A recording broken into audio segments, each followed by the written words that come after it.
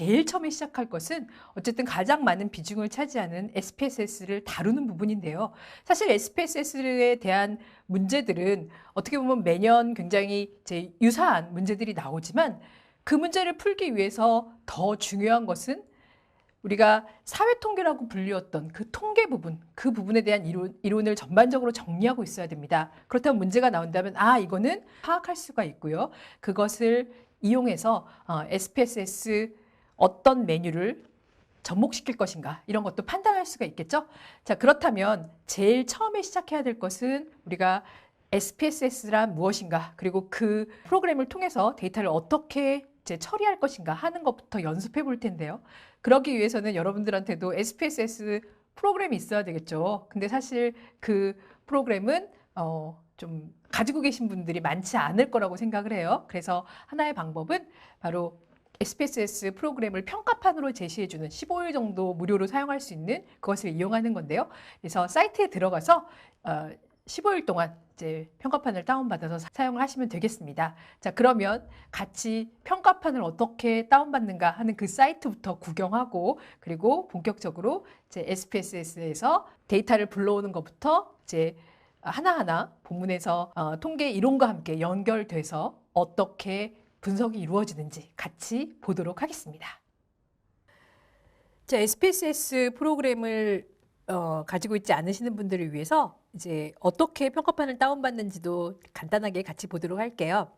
데이터 솔루션이라는 그 사이트에 들어가면 되는데요. 뭐 포털에서 데이터 솔루션 검색하셔서 들어가면 이런 화면이 보이게 되고, 하단에 SPSS 유저 포털이라고 되어 있는 데서 SPSS 유저가 들어갈 수 있는 대로 들어가면 됩니다. 이렇게 들어가면 이제 제품 중에서 우리가 하고자 하는 게 이제 SPSS니까 IBM SPSS로 들어가면 이런 화면이 보이게 됩니다. 평가판을 다운로드를 해야 되는데요. 평가판 다운로드는 이 화면을 가지고 이제 평가판을 다운로드를 받을 수가 있습니다. 그래서 평가판 다운로드를 받으려면 이제 어쨌든 회원을 가입을 해야 돼서 그렇게 회원을 가입하시면 되고요. 여러 가지 내가 SPSS 처음 본다라고 했을 때 이제 매뉴얼도 이렇게 다운받을 수가 있어요. 그래서 각각의 분석들, 우리가 이제 앞으로 보게 될 그런 여러 가지 분석들에 대해서 지금 뭐 회귀 분석도 나오고 우리가 잘 모르는 분석들도 많이 나오는데요. 뭐 간단하게 데이터가 어떻게 생겼는지 한번 보려면 초보자 가이드에서 한번 볼까요? 여기 초보자 가이드에 있는 것들을 보면 이렇게 데이터들이 들어있어요. 우리 초보자 가이드에서 나오는 안내 중에서 뭐 이렇게 데모라는 걸 한번 볼까요? 자, 그럼 이렇게 SPSS 화면이 되게 됩니다. 화면이 보이게 되는데요. 데모라는 화면을 열어봤더니 기존에 이제 여러분들이 여러 가지 연습을 할 수 있도록 데이터셋을 만들어 놓은 것을 볼 수가 있어요. 그래서 지금 보면은 이제 데이터 보기라는 화면이 처음에 나와요. 그래서 SPSS를 이제 구현하기 위해서는 이와 같은 데이터 화면이 있어야 되고요.